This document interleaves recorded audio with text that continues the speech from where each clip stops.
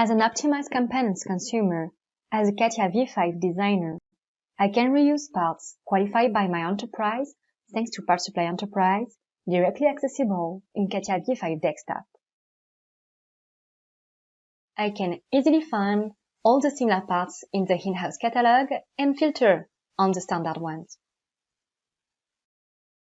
Here, I can access the 360 view of the part with its similar parts, alternate parts, review its technical specification, and replace it directly in my design in real time. Next, I can do the same things on the screws of my electric drive, as they need to be replaced due to a manufacturing problem. So I can navigate through the categories of PartSupply Enterprise to find the right screw.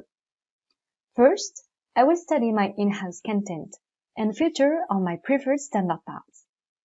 Just like before, I can review the specification of this in-house component and decide if it fits my need. I will add it to my compare to analyze it later.